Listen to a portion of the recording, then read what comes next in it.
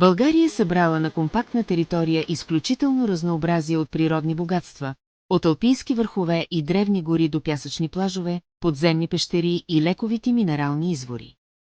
Планински първенци и национални паркове. Планините заемат голяма част от страната и предлагат условия за туризъм през цялата година. Рила, дом на най-високия връх на Балканите, Мусала, 2925 м, емблематичните 7 Рилски езера и Рилския манастир.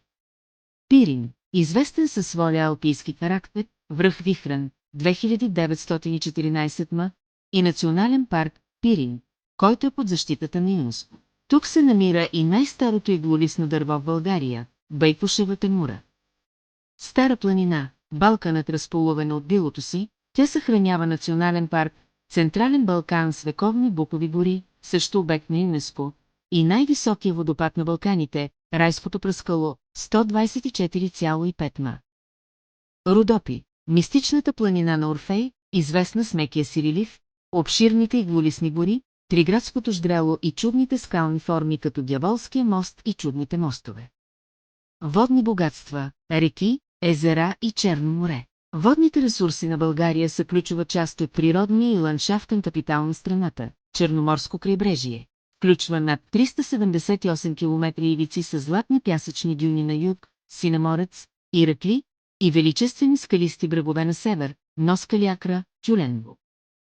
Реки. Река Дунав оформя северната граница на страната, а реки като Искър, Струма, Места, Марица и Янтра пресичат живописни проломи над Искърското ждрело.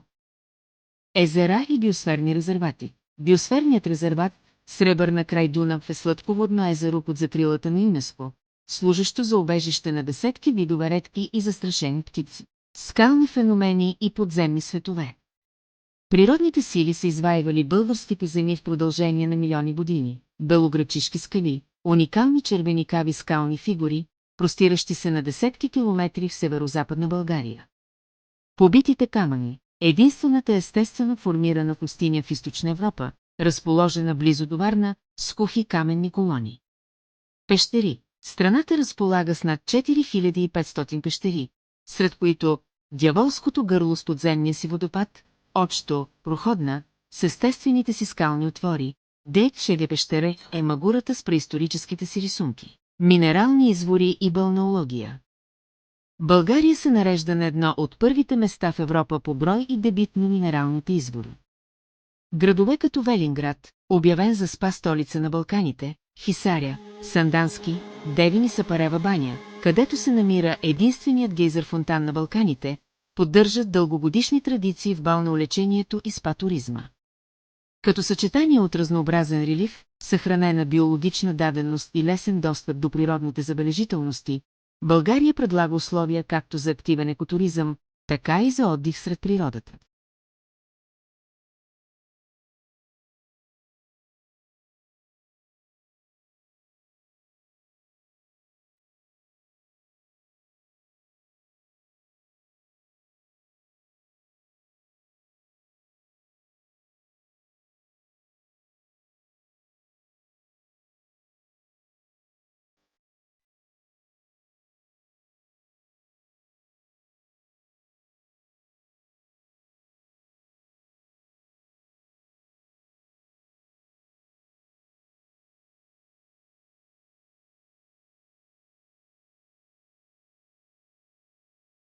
Чутите минерални центрове на империята.